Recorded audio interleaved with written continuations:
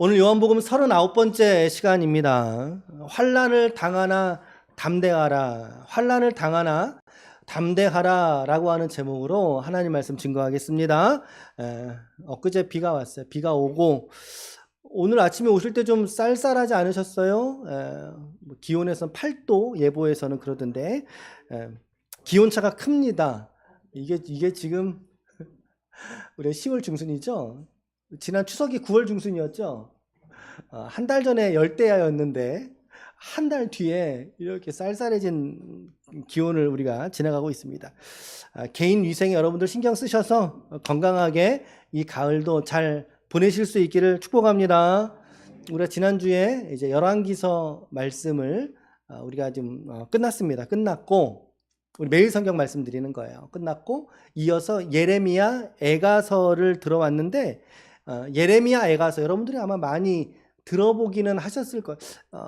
그렇게 많이 애독하는 장은 아닌데 이 애가서는요, 예레미야라고 하는 남유다의 예언자가 이제 자기 나라가 망하게 됩니다. 586년에 망하게 되는 과정을 직접 눈으로 본 사람이에요. 이 포로로 끌려간 사람이 다니엘, 에스겔 이런 사람 끌려가서 바벨론에 있고 지금 자기 나라에서 국가 멸망을 눈으로 목도한 사람이 바로 예레미야입니다. 그러니까 그 속이 얼마나 문드러지겠어요. 그 속이. 그래서 이제 그 멸망을 바라보면서 탄식하는 내용의 시편 5개를, 그러니까 5장까지 있어요. 5개를 모아놓은 책이 바로 예레미야 애가서입니다. 저는 애가서 말씀을 묵상하면서 제가 뭐 첫날에도 말씀을 드렸듯이 우리 성도들의 삶의 일상도 사실은 이렇게 이 애가서의 고백처럼 뭐 이들과의 어떤 우리가 나라가 망한 건 아니지만 그러나 뭐 크기나 정도 또 우리의 고난의 색깔 등은 다 다를 수 있지만 그러나 이 삶의 무게, 우리가 살아내는 우리의 삶의 무게에서만큼은 우리의 고난과 고통도 이들과 다르지 않을 것이다 라고 하는 것을 깨닫게 된다는 거예요.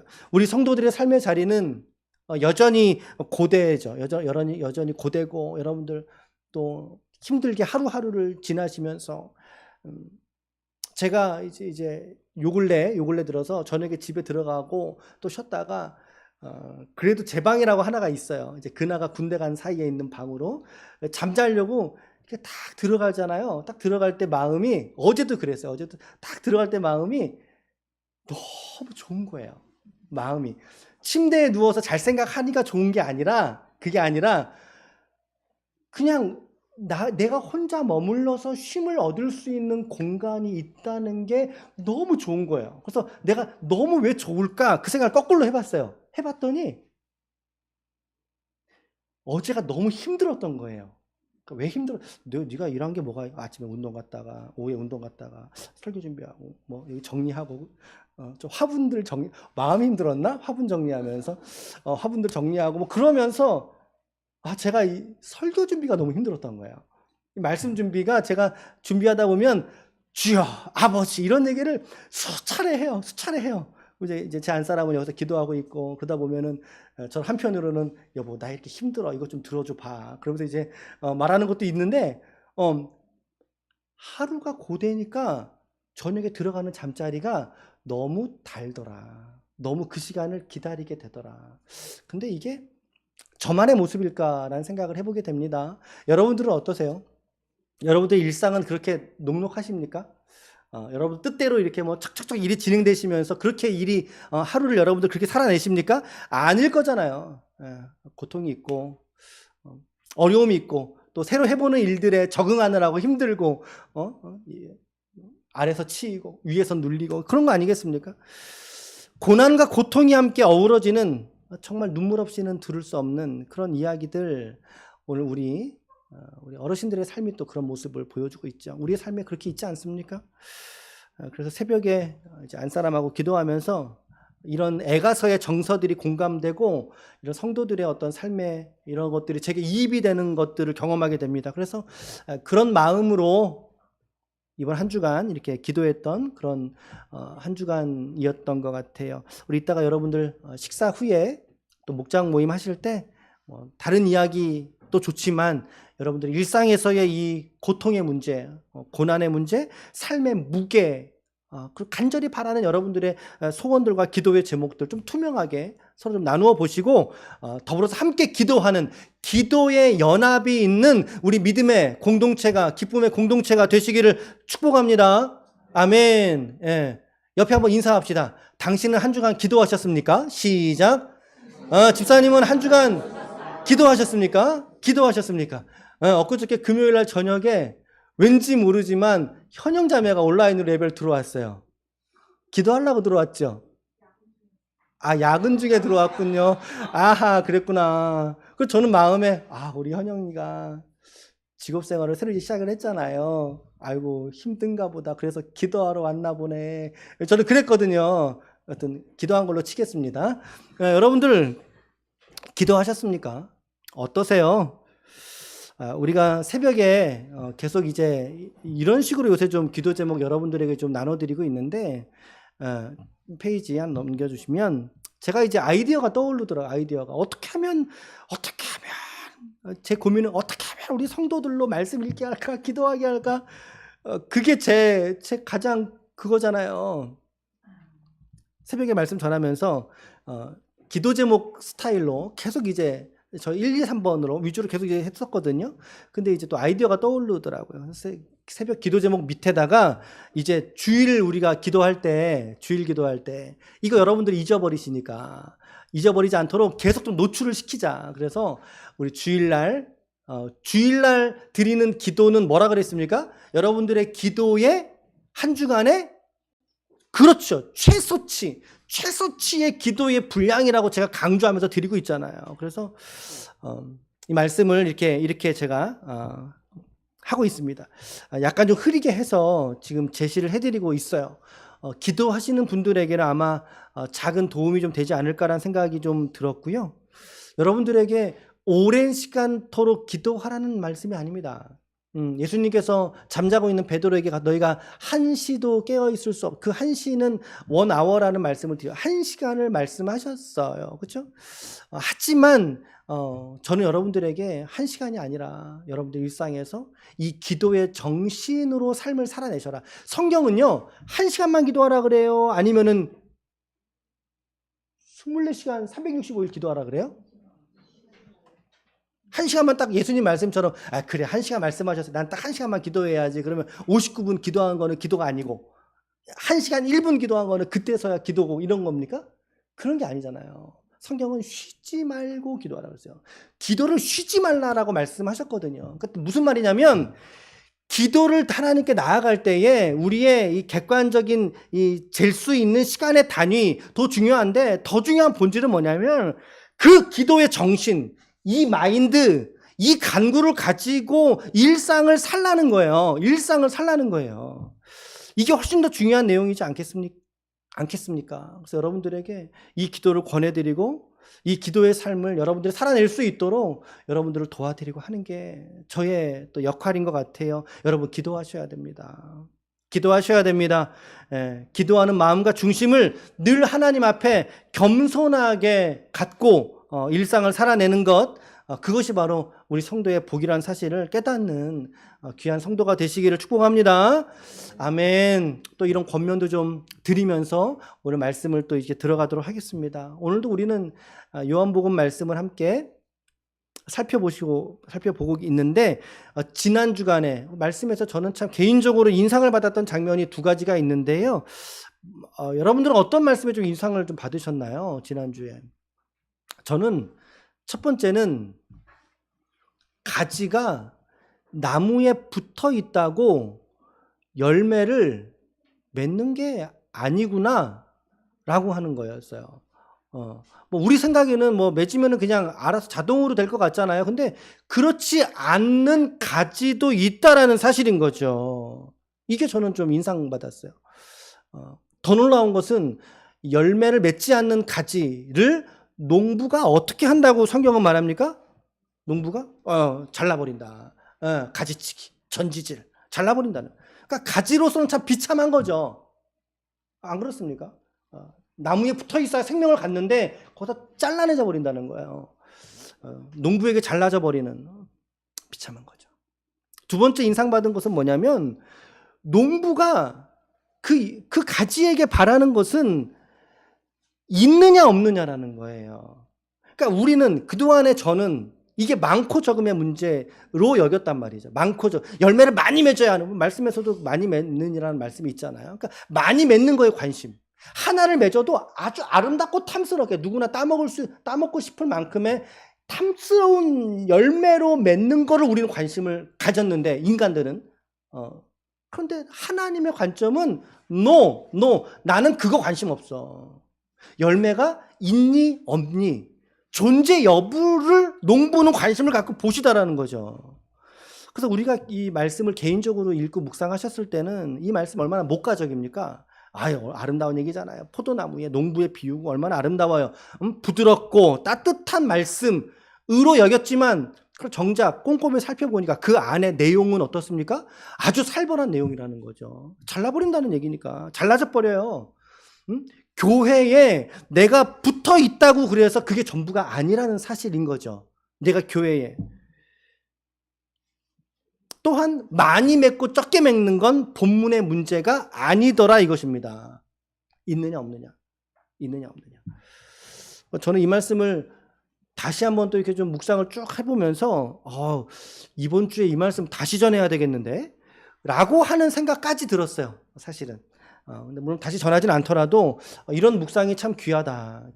그래서 우리가 오해했던 말씀이구나. 참 우리가 성경 안에서 그냥 통독하면서 생각 없이 쭉 읽어갈 때는 발견하지 못했던 지점들을 꼼꼼하게 살펴보면서 묵상을 하다 보니까 이 말씀도 내가 그동안 참 많이도 오해했던 말씀 중에 하나구나 라고 하는 생각이 들어요. 그러니까 우리는 이 말씀을 지나가면서 그러면 목사님 어떻게 하면 그 열매를 맺습니까? 라고 물을 때 예수님이 그 말씀을 직접 하신 거거든요. 어떻게 해야 열매가 있는지 생겨지는지 그거를 말씀하셨는데 두 가지란 말이죠. 첫 번째는 시작. 네, 그래 맞아요. 두 번째는요. 주님의 거할 때. 거한다는 말의 의미가 어떤 의미였습니까? 파킹이 아니란 말이죠. 그렇죠? 머무르는 거. remain. indwell, 머무르는 거, 거기에 사는 거, 떠나지 않는 걸 말하거든요. 그러니까 여러분들, 우리가 떠나지 말아야 될 자리는 말씀의 자리요, 그리스도께서 우리에게 보여주신 십자가의 사랑의 자리에서 우리는 떠나면 안 되는 거예요. 여기서 떠나면 어떻게 되는 거예요? 잘라지는 거예요. 왜? 열매가 없기 때문에 잘라져 버린다는 거죠. 그래 맞습니다. 그래서 우리가 집중해야 될 것은 사실은 열매 자체를, 열매를 지난주에 성령이 9가지 열매를 말씀드렸는데 그건 대표적인 거고요. 9가지만 맺으라는 얘기가 아니잖아요. 예수님을 맺어야죠. 예수라는 나무에 접붙였으니까 우리는 예수라고 하는 열매를 맺어야 되는 거예요. 그걸 어떻게 9가지로만 할 수 있겠어요? 그건 대표성, 상징성을 가지고 말씀드린 거고, 그것에 우리가 집중할 것이 아니라 이것을 존재하게 하는 원인에 집중하면 되거든요. 그 원인이 뭐냐? 말씀과 주님의 사랑 안에 우리가 거할 때이더라. 아멘. 할렐루야. 아멘. 옆에 한번 인사합시다. 애쓰지 마세요. 말씀과 사랑에 집중하세요. 시작. 애쓰지 마세요. 그래요, 여러분. 말씀과 사랑에 집중하십시오. 지난주 설교. 그렇게 우리는 주님의 사랑과 말씀 안에 거하기를 여러분들이 한 주간 새벽 예배를 드리시든 드리지 않는 분이시든 한 주간 이 제목 기도의 최소치란 말씀 드렸습니다. 한 주간 여러분 기도하셨을 것입니다. 자, 그럼에도 불구하고 여전히 지금의 우리들은 이 성경을 전지적 시점에서 읽고 있습니다. 앞뒤 문맥이나 내용이 이미 다 개발된 상태에서 이 성경을 읽고 있잖아요. 그러니까 우리는 이런 적용을 할 수 있다고요. 우리는 이걸 약간 좀 영해를 한 거죠, 지난주는. 그런데 이 말씀을 맨 처음으로 들었던 제자들도 우리와 같이 이 말씀을 들었을까? 라고 물었을 때는 전혀 그렇지 않다는 사실인 것이죠. 이 제자들에게는요, 이 말씀을 단순하게 저게 무슨 뜻이야? 이해하는 것조차도 쉽지가 않더라는 것입니다. 그러니까 예수님이 계속해서 이들을 지금 가르치고 계시는 거예요. 내가 너희를 택한 거야. 내가 너희를 택한 것이고, 그러므로 너희는 나에게 속한 자들이거든. 내가 택했기 때문에 나의 열매를 너희가 맺어야 돼 라고 하는 이야기죠. 너희가 나에게 속하였기 때문에 너희가 세상에서는 미움을 받는 거야. 왜? 내가 세상에서 미움받는 존재였으니까. 그 미움 때문에 십자가에 죽으신 거잖아요. 그런데 내가 선택하고 나를 따르고 내 안에 있다고 하는 너희들이 세상에서 사랑받을 수 있겠니? 그렇지 않다는 거죠. 세상에서 미워함을 받는 게 그들에게 너무나 당연한 일들이다라고 하는 이야기들 제자들은 귀가 있으면 들으면서도 사실은 다 이해하지 못하고 있어요. 이 얘기를. 어디서 증명되죠? 다 이해하고 믿음으로 받아들였다면 예수님이 잡히실 때 도망가는 사람이 한 사람도 없어야 되는 거예요. 사실은 이 말씀을 정확히 이해하고 자기 믿음과 신앙으로 받았다면 그잖아요. 근데 어떻게 됩니까?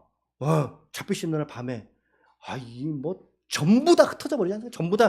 전부 다 흩어져 버리지 않습니까? 이들은 다 이해하지 못하고 있던 거죠. 그래서 예수님께서는 그들에게 다시 한번 성령 하나님을 그들에게 약속하고 계시는 겁니다. 성령을 보내시겠다.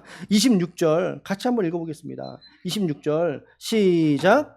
내가 아버지께로부터 너희에게 보낼 보혜사 곧 아버지께로부터 나오시는 진리의 성령이 오실 때에 그가 나를 증언할 것이요 라고 말씀하십니다. 그가 성령께서 예수를 증언, 그리스도로 이 말입니다. 마지막 문장은 그 얘기예요. 성령께서 예수인 나를 그리스도로 증거하실 거야. 증언하실 거야. 라고 하는 이야기. 예수를 그리스도 증거하시는 일이 바로 성령이 하시는 일이에요. 성령이 하시는 일이 우리를 떼굴떼굴 굴르게 만드는 것이 아니라 성령이 하시는 일은 우리로 예수를 그리스도로 고백하게 만드는 영적 사역. 우리의 지식을 변화시키시고 우리의 의지와 생각의 태도를 변화시키시는 것, 이것이 성령의 사역인 거죠. 이것이 성령이 하시는 일이시더라. 그래가지고 16장은요, 우리가 이제 16장 마지막 세 구절 같이 읽었잖아요. 사실 앞에 것도 다 이렇게 좀 해야 되는데, 근데 우리 주일 예배라고 하는 특성이 있기 때문에 앞에 것 제가 지금 간단하게 하고 있는 거거든요. 16장은요, 온통 다 성령의 하시는 일이 무엇인가를 예수님이 꼼꼼하게 말씀하고 계세요. 그러니까 여러분들이 성령이 누구신가? 라고 하는 것들을 더 깨닫기 위해서는 이 16장에 있는 말씀을 좀 몇 번 쭉 읽어보셔요. 아마 쭉 읽어보셔도 좀 어려울 거예요. 그럴 때는 어떻게 돼요? 세 번역으로 읽어보셔야 돼요. 세 번역으로 읽어보셔요. 어려워요? 그럼 쉬운 성경이라는 성경도 있어요. 예. 요새는요, 새 한글이라는 번역이 새로 나왔어요. 번역을 제가 읽어봤는데 너무 좋아요. 여러분들에게 예수님의 말씀을 예수님 제자들 여러분들에게 이런 표현 쓰면서 지금 우리가 일상에서 쓰는 언어로 번역을 했더라고요. 새 한글 번역입니다. 성서 공유에 들어가면 여러분들 보실 수 있거든요. 한번 이런 대조들을 통해 읽어보시면 성령이 누구신가를 여러분들 아실 수 있게 돼요. 자, 그 중에서도 우리 7절과 8절을 좀 읽어봅시다. 7, 8절 성경 읽는 분은 본인 성경으로 보시면 더 좋고 없는 분 앞에 보셔도 돼요. 시작. 그러나 내가 너희에게 실상을 말하노니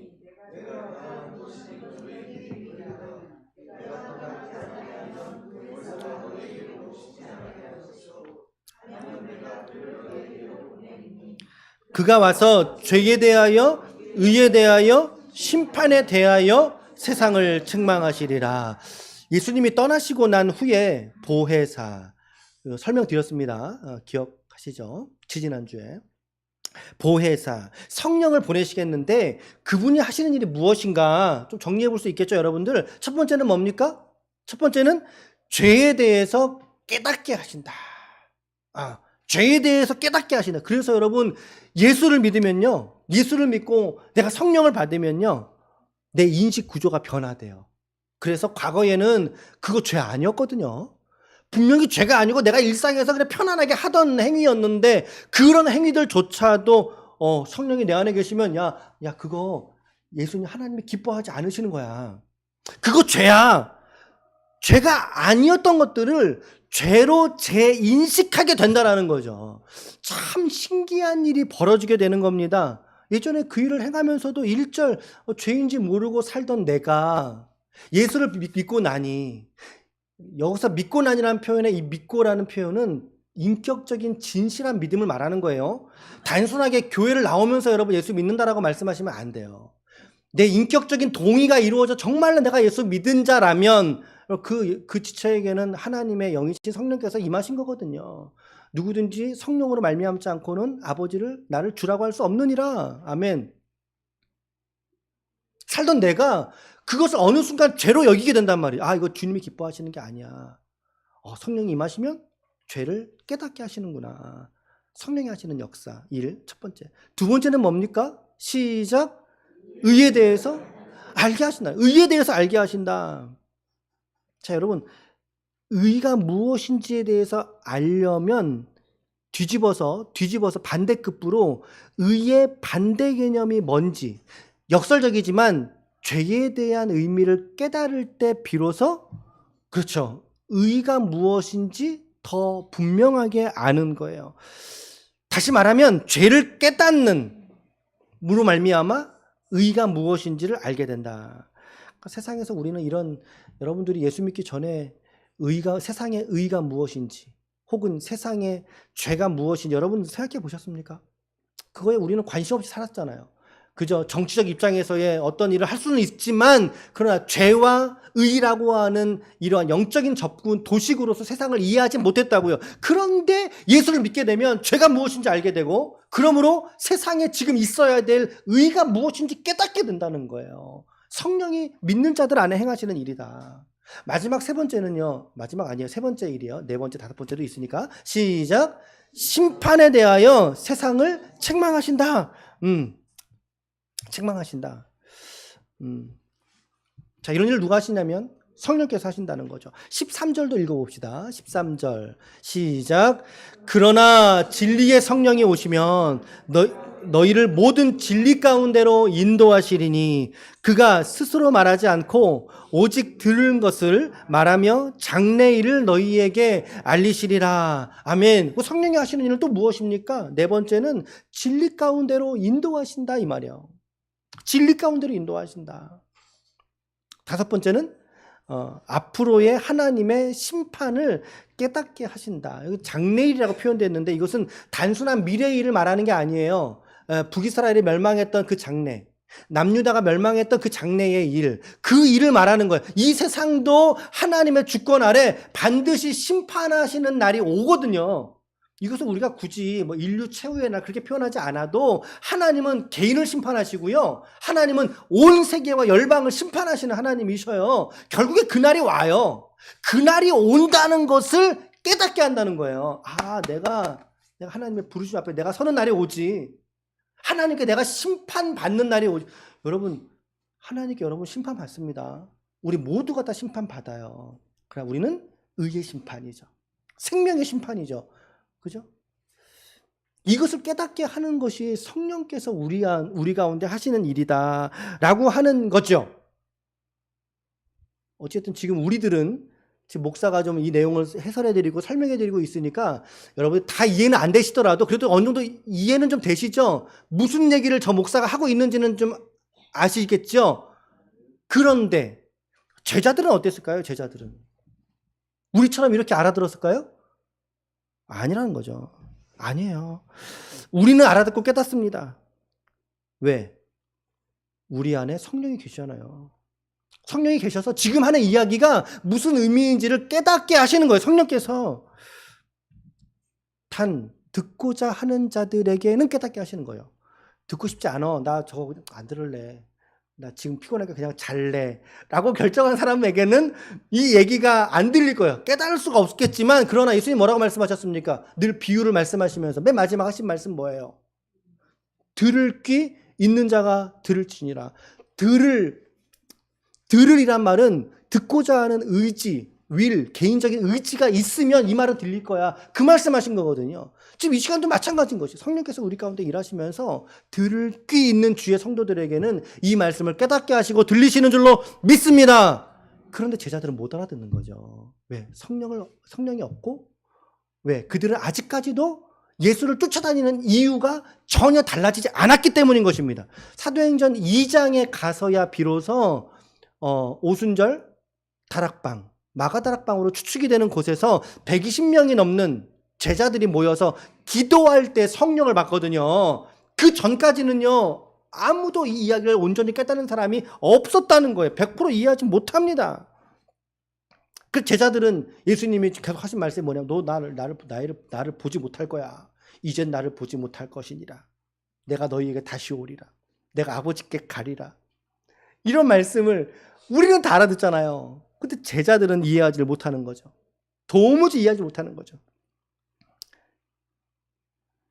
이런 이야기가 오늘 우리가 읽은 본문의 앞부분 얘기를, 스토리를 좀 풀어드렸습니다. 16장에 있는 내용들, 전 배경입니다. 불안해하거나 제자들은 지금 왜 자꾸 떠난다고 하시죠. 예수님이 지금 떠나면은 지금 예수의 말에 조금도 공감할 수 없는 이 제자들에게 오늘 주님이 하시는 말씀은 25절부터의 말씀이 뭐라고 되어 있습니까? 성경책에 뭐라고 되어 있습니까, 여러분들? 구분 안 되어 있습니까?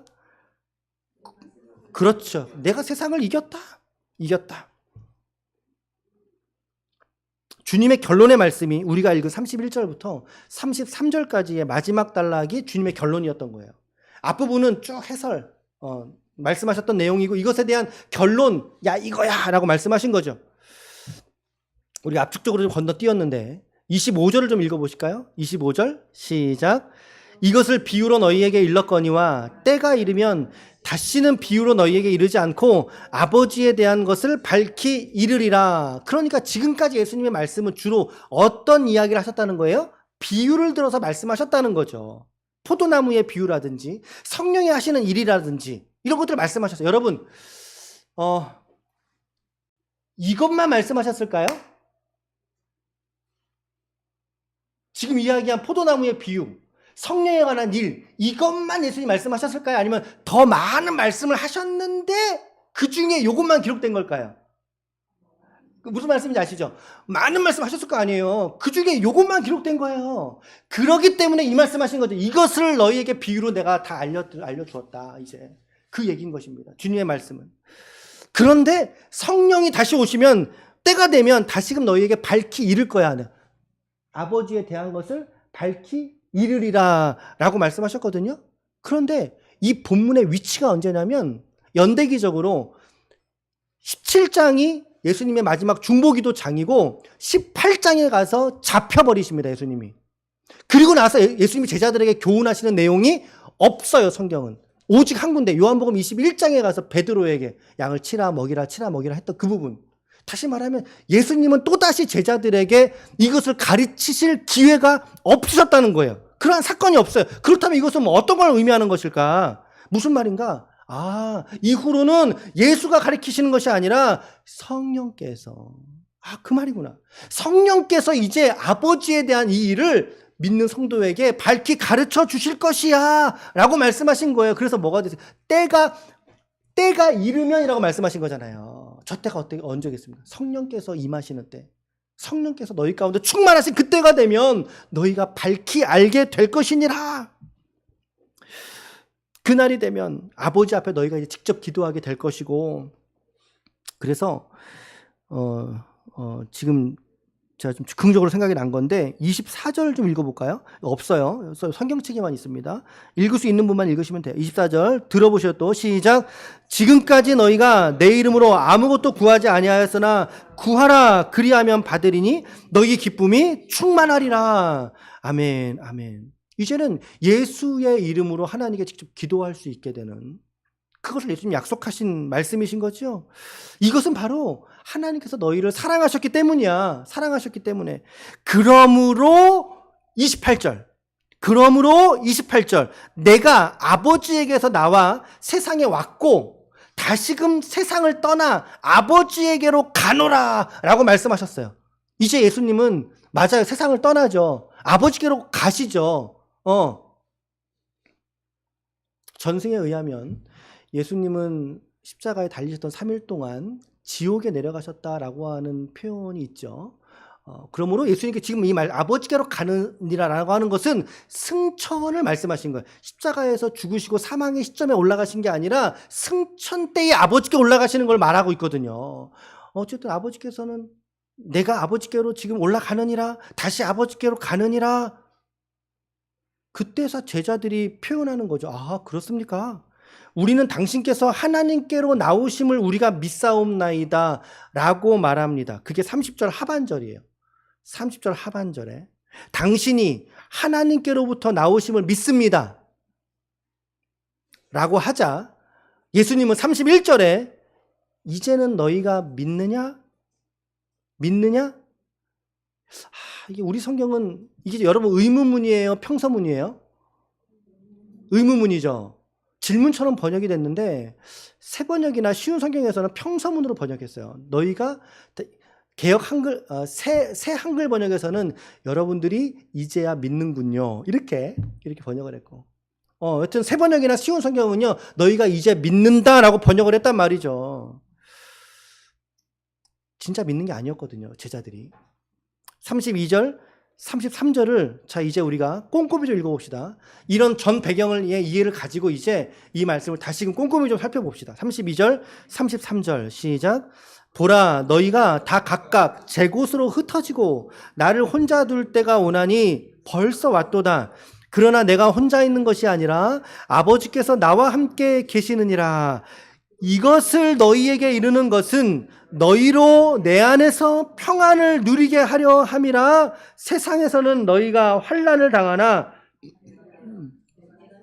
이기었노라. 이 유명한 말씀, 세상에서는 환난을 당하나 담대하라. 내가 세상을 이기었노라 라고 하는 이 유명한 말씀이 바로 여기에 있어요. 이 말씀의 배경과 전후가 지금 여기에 있다는 거예요. 여기에 있어요. 예수님은 제가 계속 강조해드리지만 제자들은 이해하지 못해요. 못했어요. 이해할 수도 없고 못 알아듣고 믿는다고는 했지만 그것이 그들의 전 인격을 동반한 믿음이 아니라 저게 이런 얘기군요 라고 하는 수준에서만 알아들었던 거예요. 그들은 아직 예수가 누군지, 앞으로 예수님이 어떤 일을 당하고 예수에 대한 믿음의 진정성을 예수님의 죽으심 앞에 그들이 저울질 당하게 될지 그들은 모르는 상황이란 말이죠. 결국에는 한 사람처럼 싹 다 도망갑니다. 싹 다 도망갑니다. 추측에 의하면 사도 요한을 제외하고겠지요. 십자가에 달리셨을 때 예수님이 제자에게 아들아 그러면서 네 어머니 뭐 그런 표현 하잖아요. 그 이제 사도 요한이니까. 뭐 제외하면 10명의 뭐 가룟 유다는 나가서 이제 죽었고 그런 상황이죠. 도망가 버립니다.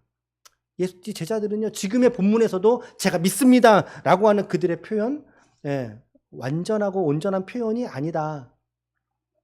마음에는 불안이 여전히 있습니다. 지금 예수님을 몇 년 쫓아다녔어요? 제자들이 예수님을 몇 년 쫓아다녔어요? 3년 반. 그 중에는 3년이 다 안 된 사람들도 물론 있어요. 12명의 제자가 전부 순차적으로 전부 다 한 번에 된 게 아니니까. 이들이 예수님을 쫓아다녔던 목적은 무엇이었을까요?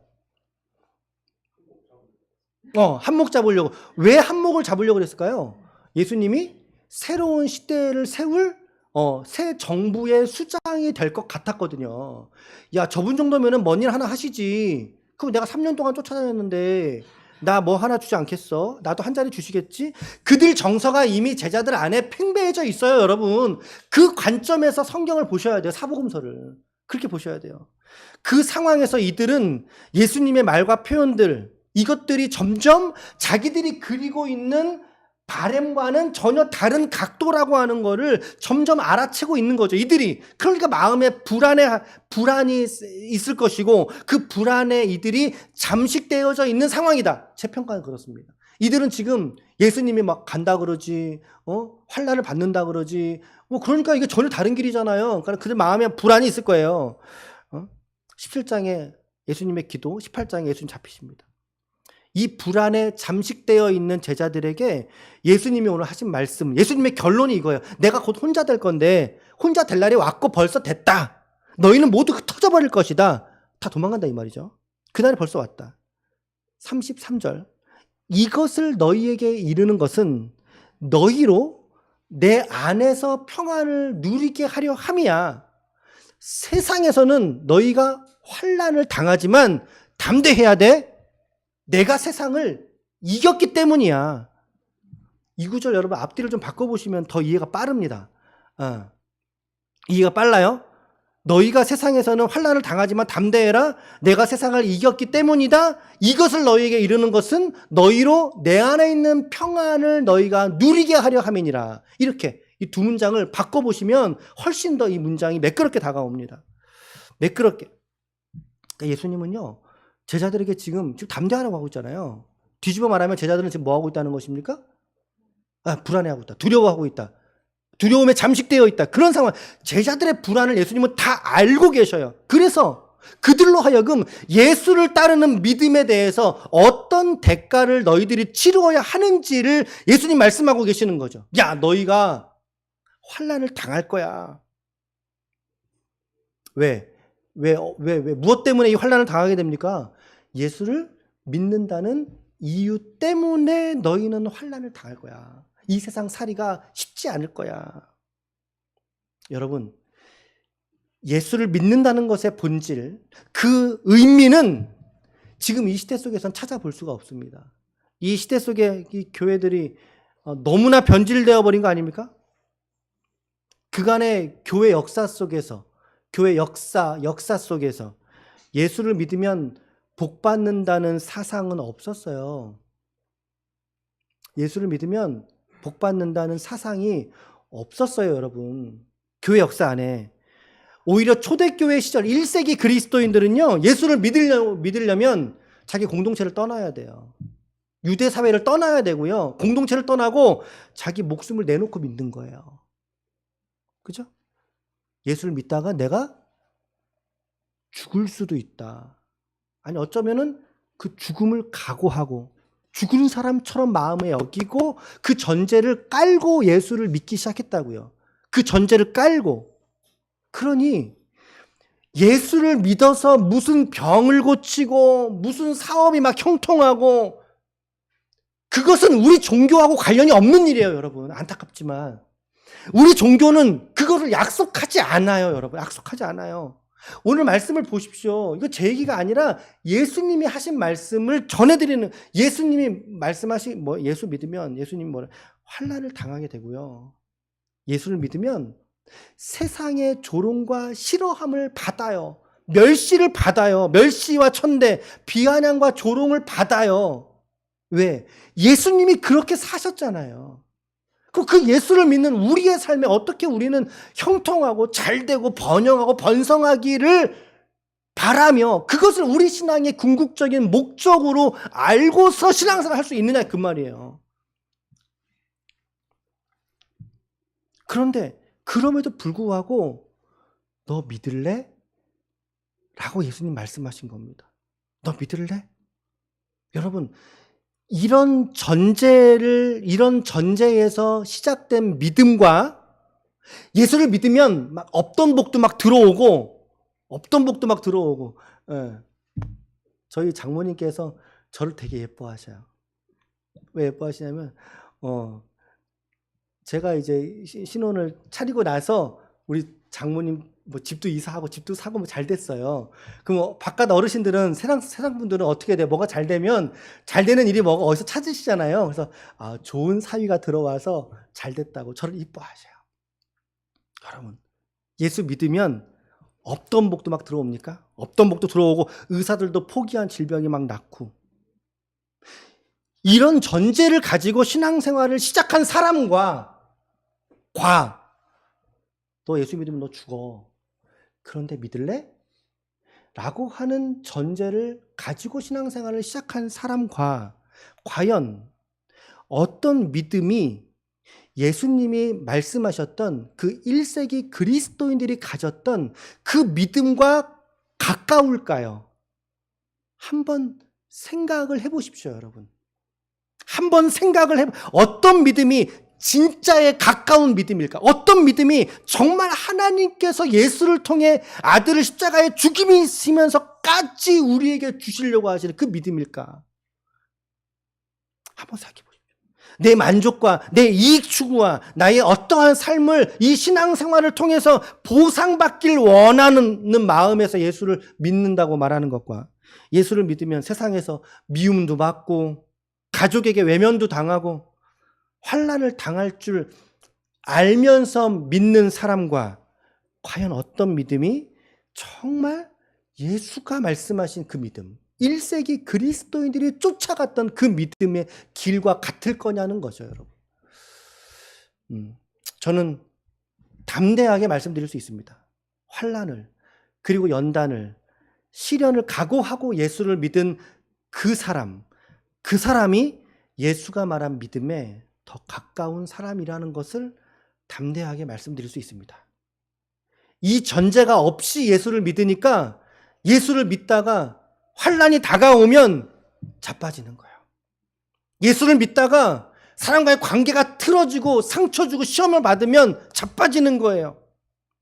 자기 욕심과 소원 성취를 위해서 내가 예수 믿었는데 그래서 헌금까지 하지 않았느냐인데 나 왜 병들었니? 나 왜 하는 일은 왜 이렇니?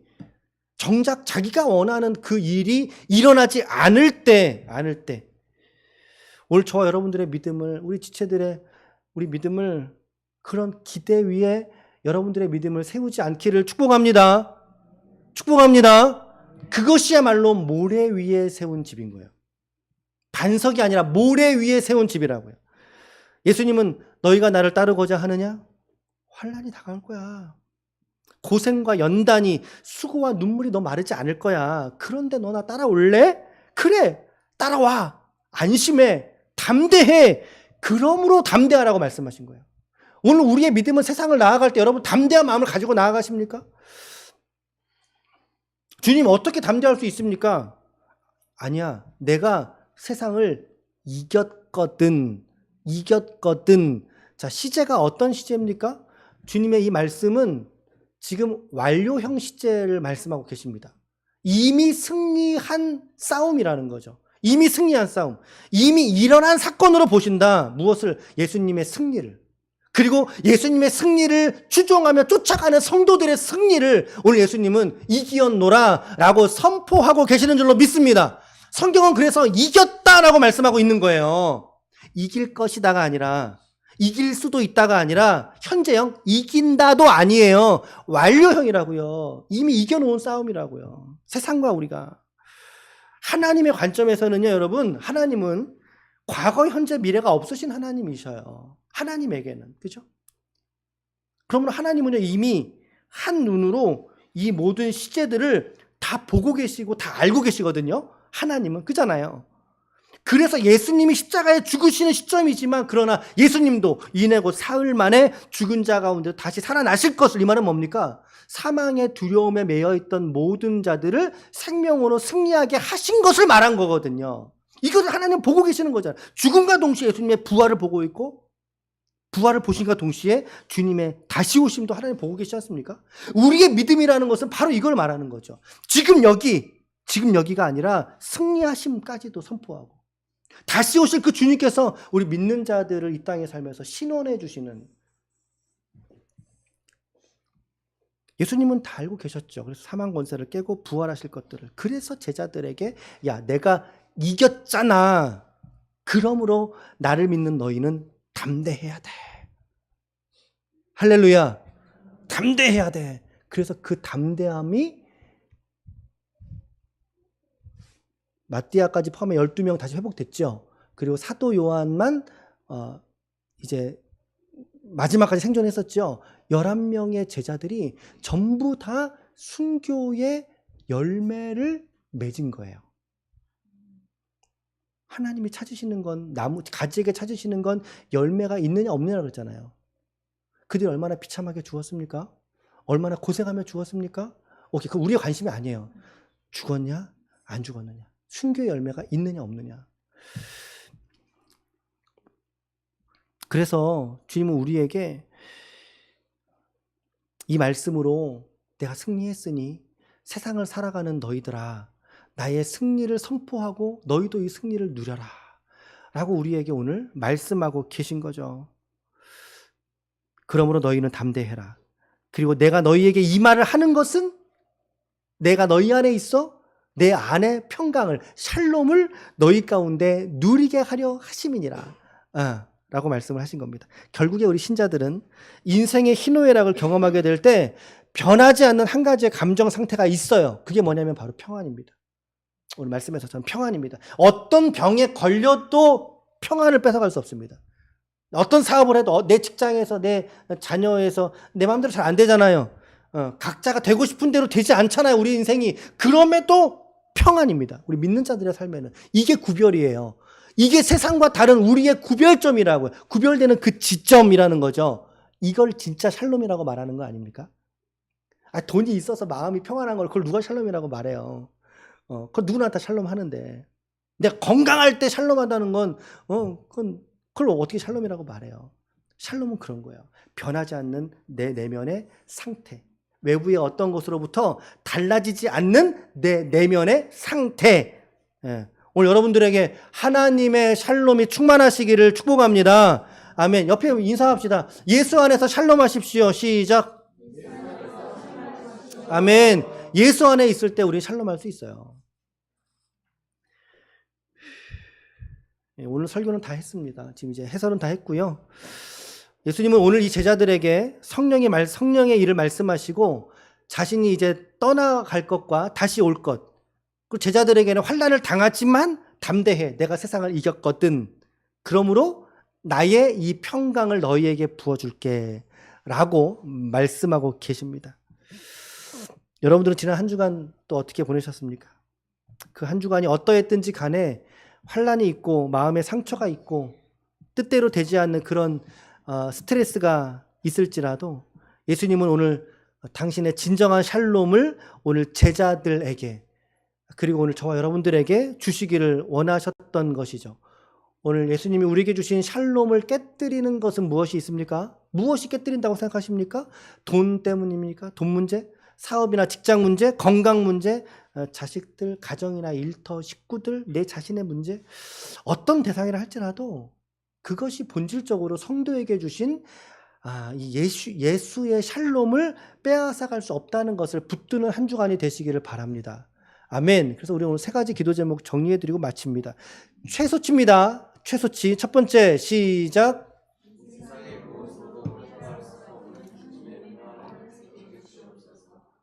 담대하라는 말씀. 이미 죽음에서 승리하셨기 때문인 것이죠. 담대하라고 말씀하신 말씀. 평안을 성도에게 주신다. 세상이 알 수 없는 평안이죠. 두 번째는요. 시작.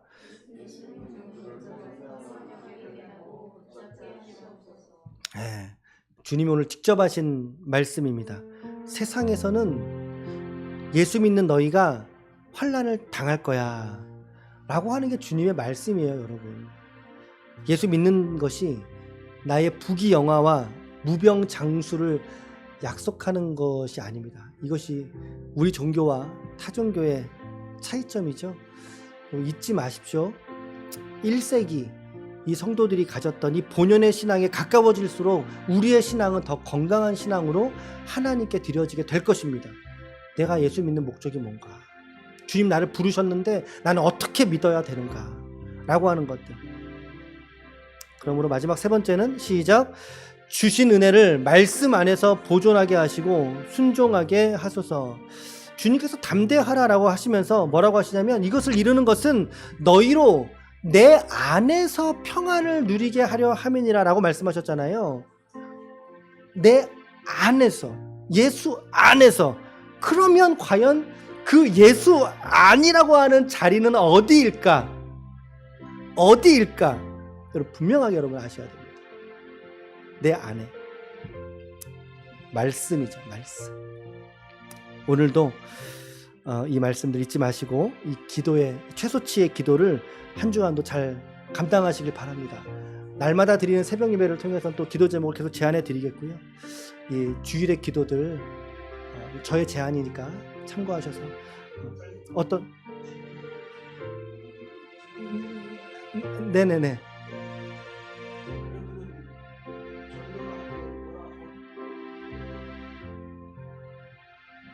전도할 때 집사님 그거는 이따가 밥 먹을 때 제가 설명해 드릴게요. 그러셔도 되죠? 오케이. 자, 초신자들이 경험하는 복음에 진입하는 경로와 우리 믿는 여러분들이 이 복음을 대하는 태도는 달라야 되겠죠. 그렇죠? 그런 관점에서 이따가 집사님께 좀 말씀을 드리도록 하겠습니다.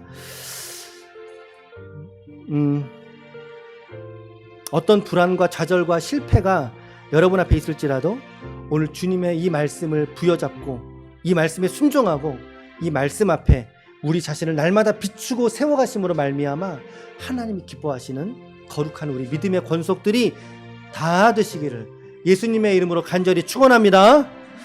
아멘, 아멘.